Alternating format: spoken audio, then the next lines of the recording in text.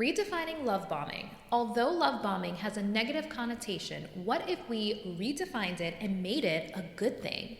Why shouldn't we shower people with love and affection? In this episode, I share 11 ways you can start showering the people in your life with an abundance of love. Welcome to the Abundance Hack Show, Season 4, where we are focusing on mastery. The last 3 seasons, I gave you the information. Now, we're focusing on integrating it into our lives and embodying it. If you are ready to master your thoughts, emotions, and patterns to feel whole, fulfilled, and really grounded in who you are without dimming your shine so you can live the abundant life that you truly desire, then you are in the right place. Hey M&Ms, thank you for tuning in to the Abundance Hack Show. What are you manifesting in your life today? I am manifesting some love bombing. If you didn't listen to last week's episode, you definitely want to go check it out before listening to this one because we talked about love bombing and narcissism. But I actually like the term love bombing minus the negative connotation. I like the term and I'm like, what if we redefine it? Because why shouldn't we be bombed with love? You know, why shouldn't we be showered with love and affection, especially if you are someone who had an absent parent or a critical parent? It's even more important that you be showered with love and affection. You know, everyone deserves love and affection, but even more so people who had an absent parent or lost a parent or a super critical parent. Like we deserve that love. So I really want to redefine this term. And I was talking to the Crack the Code lady. So let me back up. Crack the Code is a fun YouTube show that I'm doing with 2 friends, Emily and Sarah, and we are talking about dating, sex, and other shit. That's literally like our tagline, dating, sex, and other shit. So because we're talking about dating, I was sharing details with them about a date, and I'm like, he did everything right. He pulled out every chair. He opened every door. He complimented me. He paid attention to detail. Like, it literally was like an amazing date. And so Emily was the one that was like, beware of love bombing. And Sarah was like, yeah, he sounds too good to be true, or he sounds too perfect, or something like that, she said. And I was just like, man, why are we so conditioned in today's society to believe that if someone is respectful, says and does the right things, they're too good to be true? Why shouldn't a man be respectful? We should expect that. Like, we should expect respect, period. And why shouldn't we be showered with compliments and affection? Like, it's not a bad thing. And so I think we have so much negative programming these days, and obviously there are a lot of layers. You know, you have the whole independent women movement and the Me Too movement. So I think a lot of guys are very confused. And so we talk about some of these topics on Crack the Code. So definitely go subscribe to our YouTube channel and follow us on Instagram. It's going to be really interesting and fun because we are hilarious. This is Niajae Unfiltered. Like, we're drinking wine and eating popcorn and just talking about real, you know, dating issues. And I know people across the world. Like, I've traveled a lot. I've met people in different countries. And of course, I know a lot of people in the United States. And in all of the places, people are struggling with connection, romantic connection. There are people struggling to find partners. There are people struggling in their marriages. There are a lot of people that are recently divorced that I know. And it's not just like, oh, dating is hard in Florida, because, you know, I live in Florida. It's not just that. I know people in New York. I know people in California. I know people like literally across the country, and I know people across the world. There's a lot of people struggling, and obviously there are a lot of people like madly in love somewhere. But there's more people struggling than ever, and you would think that it would be the opposite because we have so much access. We have so much access to people. We have social media, we have dating apps, to where you think it would increase our chances of love, but it's actually making it harder. And so I think that there's a lot of reprogramming that needs to happen. And when women go on dates, they should expect a man to be a gentleman. He should pull out the chair. He should open the door. He should give the woman compliments. You know, I would say take it a step further and bring her flowers. Like, I am old school like that. I told you guys, I am a hopeless romantic. It is a straight rom-com in my brain. But I believe that is a treatment women should receive. And when that happens, I think it kind of scares women. They're like, oh, something must be wrong with him, because what guy buys flowers? It should be the opposite. He didn't bring me flowers, like, he's slipping on his game. And you know what? I've always thought about, like, ooh, should I say this because somebody's gonna, you know, not agree with me? But first of all, this is my platform. So you don't have to agree, but I'm gonna speak my truth on my platform. And then also, I have just come to accept, okay, I'm working on accepting the fact that I am polarizing and I have strong beliefs about things, but I have been silencing myself to not offend.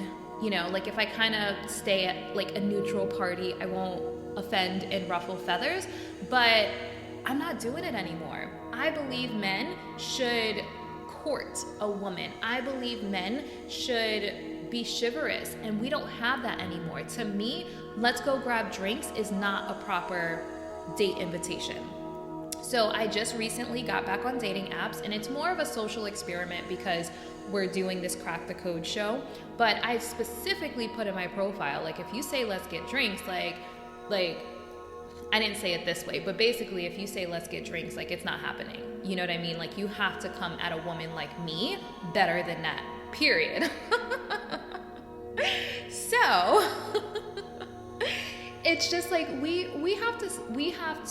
as in women have to step up, know our worth, and own it, and also be willing to communicate our needs and desires. And women have to also, you know, own their portion of it. There's so many women operating in their masculine, and it's like, well, why isn't the guy being more masculine? But it's like, there's only enough room but for so much masculine energy without it bumping heads and clashing.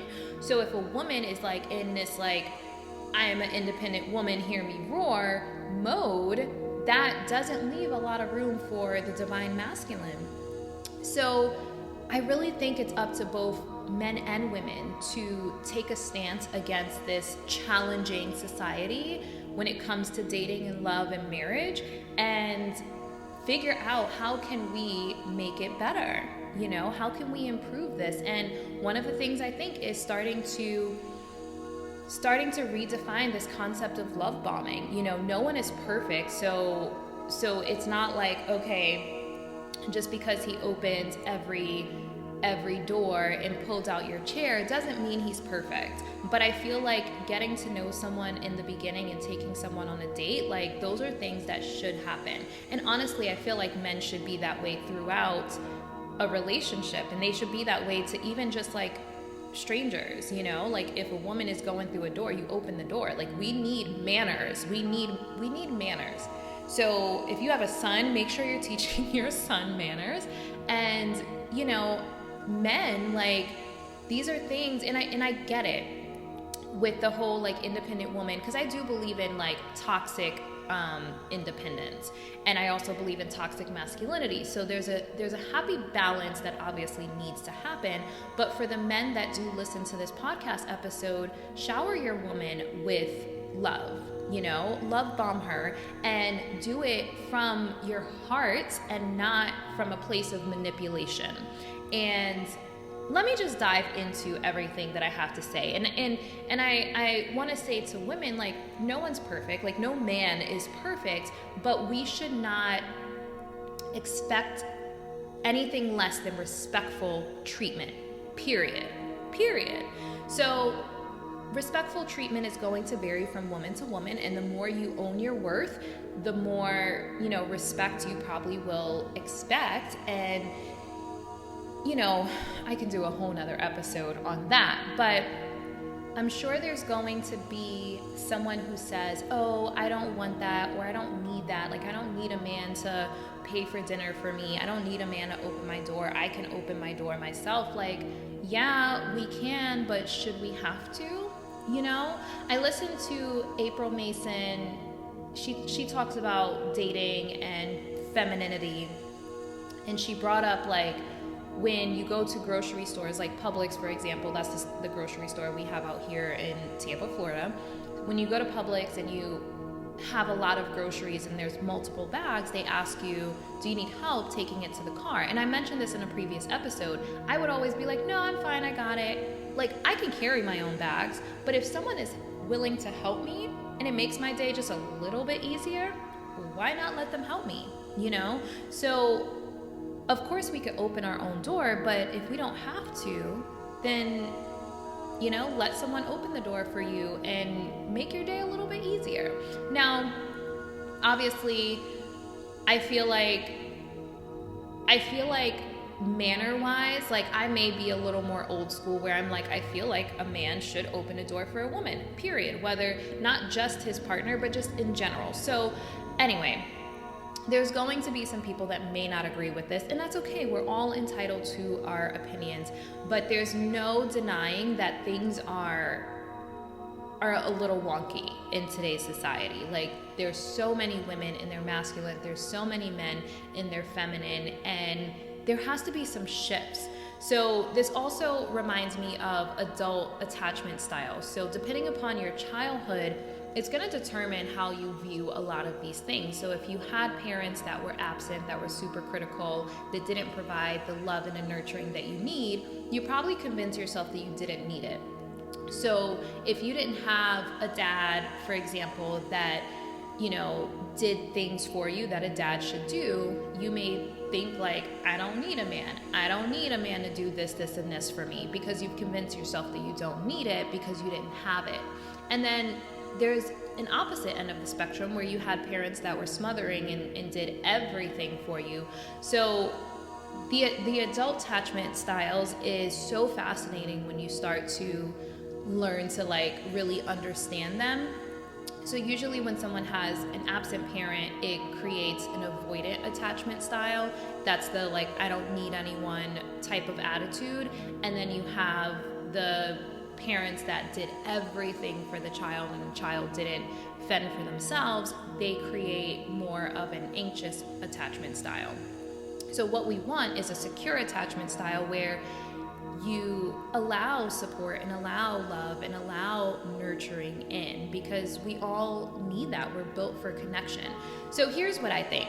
I think that when it comes to generations of trauma and poor programming, we're not taught how to actually be nurturing. I did an episode on how to be nurturing. Definitely go check out that episode, because I'm finding the more that I do my inner work and the more that I work on emotional intelligence and vulnerability and understanding, you know, that inner child healing of, like, if you didn't receive nurturing, like, what that looks like of receiving that nurturing now as an adult to heal that inner child, I'm realizing how many people I've attracted in my life that are not nurturing. So I think it's really important for us to, in our adult life, learn how to be nurturing, how to communicate, how to be compassionate. Brene Brown says compassion and empathy are learned skills. If you didn't have nurturing parents, you don't know how to be nurturing. If you didn't have compassionate parents that held you and caressed you and told you, like,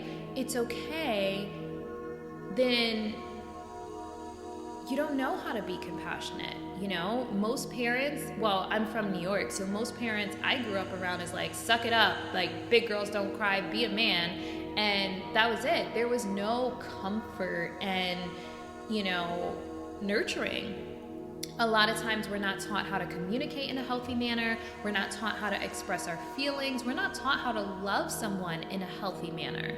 So it's important that we do this work, and it's important that we read books from people like Brene Brown to learn these things. And just realize most of us weren't loved in a healthy way. So when someone does, a lot of times we think, oh, something must be wrong here. They're trying to manipulate me. They're trying to trap me. Like, whatever goes through your mind, like, if you're not used to being loved and nurtured and respected, then it may feel foreign and it may not feel safe. And that's why I think that love bombing winds up receiving a negative connotation, because love doesn't feel safe to so many people. So how can we bring the safety back in love? We are love. We are loving beings. Like, how can we bring the safety back in that? So another thing that I feel is love brings your stuff to the surface. You know, love is one of the most vulnerable things. So it's going to bring every insecurity and fear you have to the surface. And most people run from that because they don't want to deal. You know, I realized for a long time I was dating people that I knew I wouldn't fall in love with because I'm like, falling in love feels so scary. So like, let me date this person that, you know, is just like, I'm not gonna fall madly in love. Like, yeah, I'll like them and like, you know, being with them, but I'm not gonna fall madly in love. And that felt safe to me. So when I say these things, it's for me too. How can I feel safe in love? And how can I attract people in my life that feel safe in love? But love will bring your stuff to the surface, and it takes emotional resilience to really allow yourself to truly fall in love and be in love and give love and receive love. It requires emotional resilience, because you have to navigate all of the triggers that are going to bubble to the surface when you find yourself in love, and you have to work through it with your partner, which, you know, if you weren't taught nurturing, compassion, empathy, healthy communication, that's going to be a challenge. And that's why we have so many people that are having a hard time in relationships and marriages, and they would rather throw it away than to actually work through it. So we need that emotional resilience when the things come to the surface, because it's not if they come to the surface, it's when they come to the surface. And another thing is, you know, the negative connotation that love bombing has, they say, stems from manipulation. Manipulation is usually an indication of low self-worth. So in my opinion, if someone has to manipulate you to get you to like them, it's because they don't feel they're worthy of you liking them without the manipulation. And a lot of times this is subconscious. People typically don't do it purposely, but it is a form of low self-worth. And, you know, one of the patterns that I realize is, you know, I've had like a challenging last year. And one of the things that I realized is most of the guys that have like really approached me to like make their move, they did it when I was most vulnerable. And I had to say to Emily and Sarah, because, you know, we're doing this dating show, Crack the Code, go subscribe to our YouTube channel. I had to really say to Sarah and Emily, like, I'm not interested in someone that makes their move when I'm vulnerable. I want a man that's gonna make his move when I'm feeling fucking fabulous. When I am on top of the world and I'm just like, yes, feeling myself, that's when you make your move, because I know you're confident in what you're bringing to my life. If you make your move when I am feeling my lowest because I just went through a business divorce and got betrayed and I'm going through a lawsuit, like, now is not the time to make a move unless you're trying to take care of me. Like, I'm joking, partially. No, I'm totally joking. But I mean, seriously, like, unless you, oh my God, I just had deja vu. It was like the weirdest thing. It is the weirdest thing. So unless you're trying to, you know, come in and save the day, like you're about to swoop up and like do some damage control in my life, don't make your move when I'm vulnerable. That's the manipulation. But probably because that's when they feel I'm vulnerable and I'm not on top of my game, so they have a better chance. Rather than when I'm feeling fabulous, they don't feel as worthy to make their move. So usually manipulation comes from a place of low self-worth.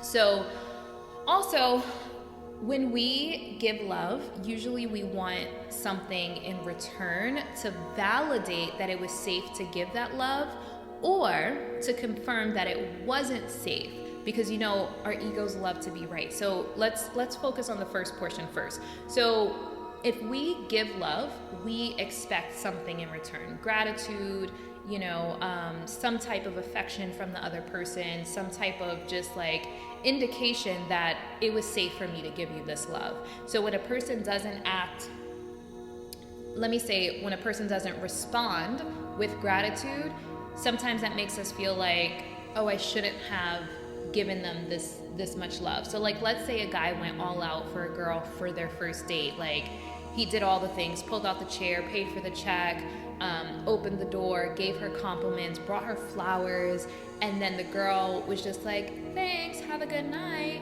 He's gonna feel like, ugh, like, I shouldn't have did that. But why?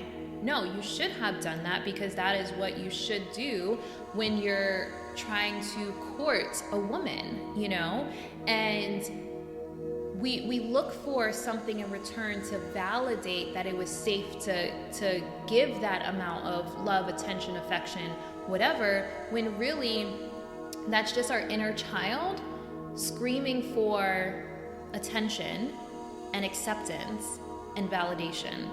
And so the more that we can validate ourselves and we're solid in who we are, the less we look for that external validation.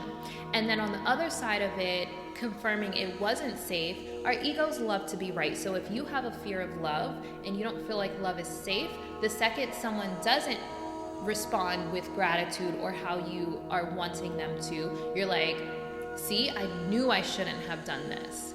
And so a lot of times subconsciously, we seek out scenarios subconsciously, let me not say seek out, we attract situations that confirm our fears, So, and then like the people that confirm the opposite of our fears, we probably don't have interest in. Like, it's insane. Like, when I tell you, the human brain is so fascinating to me, like the subconscious mind and how we are drawn to things that just confirm our subconscious fears. Like, it's so fascinating to me. And the last thing that I wanted to point out is that people hold back out of fear. The fear of giving love away to someone who doesn't deserve it or someone who doesn't value it. So this kind of piggybacks off of the last one of like, if they don't respond with gratitude. But the reality is, everyone deserves love. Everyone deserves love. And if someone doesn't value it, maybe it speaks more about their inability to receive love than the actual value of your love. So we have to not take things personally.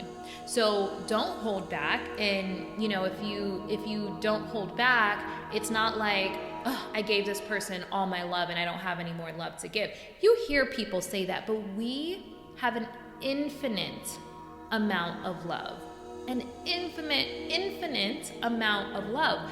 You're not going to give your love away or give away more love than you planned, and you're like, damn, no more love. My love jar is empty. It doesn't work that way. We literally have an infinite amount of love. We are love. So it's meant for us to give love. It's meant for us to be love. It's meant for us to receive love. So M&Ms, love each other.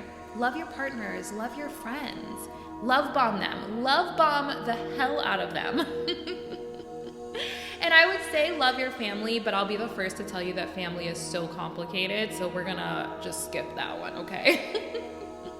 But seriously, love the people in your life. And most of all, love on yourself, because that's how you fill up your cup. So if you ever feel like, ugh, I have no more love to give, it's because you're not filling up your own love cup, which you have to, you know what I say?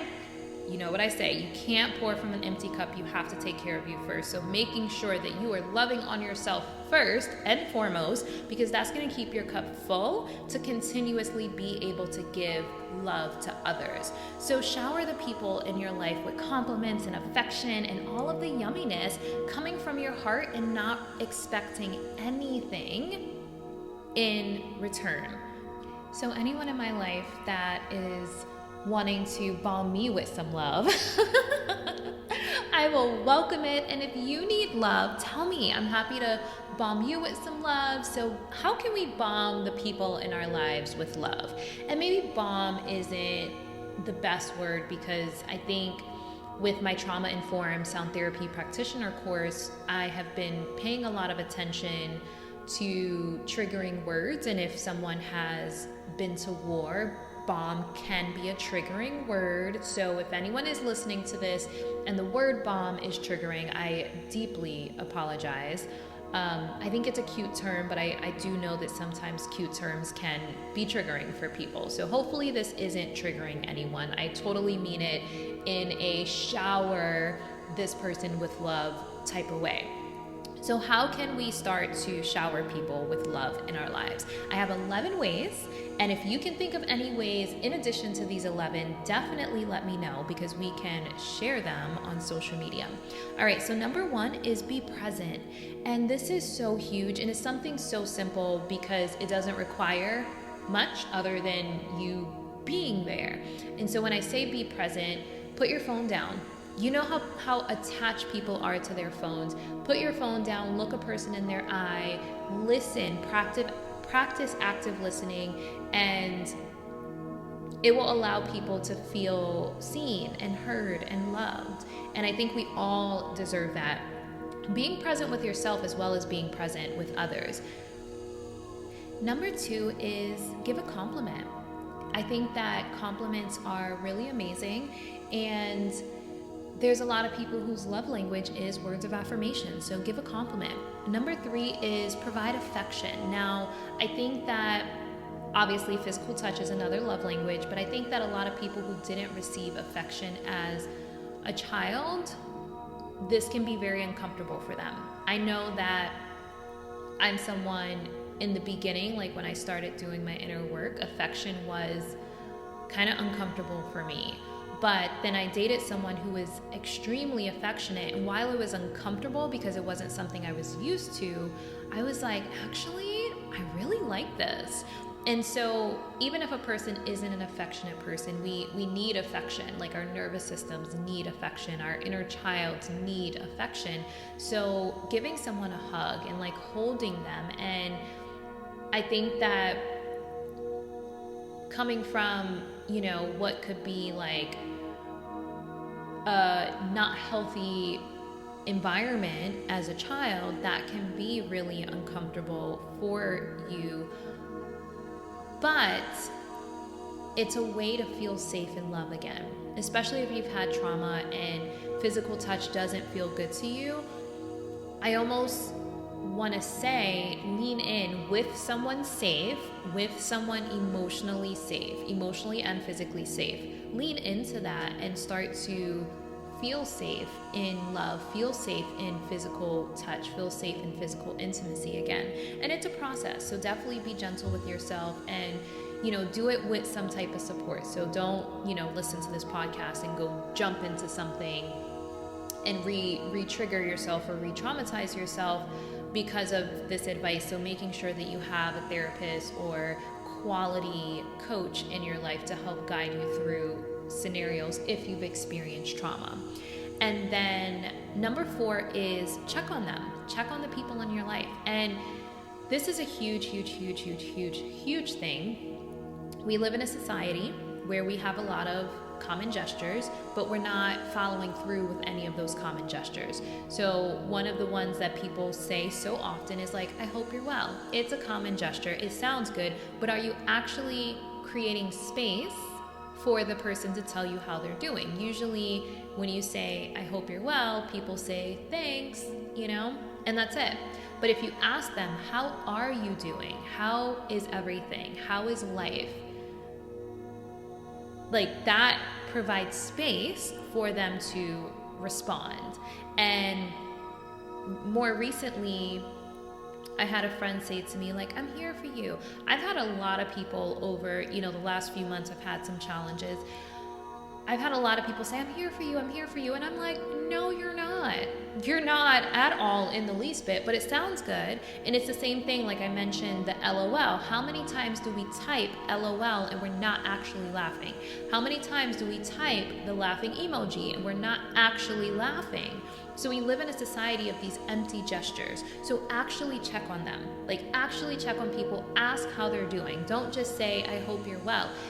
Call the people in your life. Call them up and be like hear the tone in their voice, because people can type, oh, everything's good, and they literally be dying inside.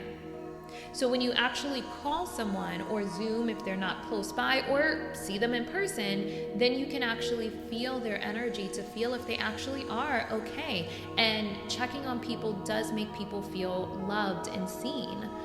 So number 5 is ask if they need anything. So once you check on them, ask, do you need anything? How can I support you? Like these are quality questions, and then follow through. That's the most important thing. So don't ask and then someone say, oh, I love this, but like if you don't actually do it,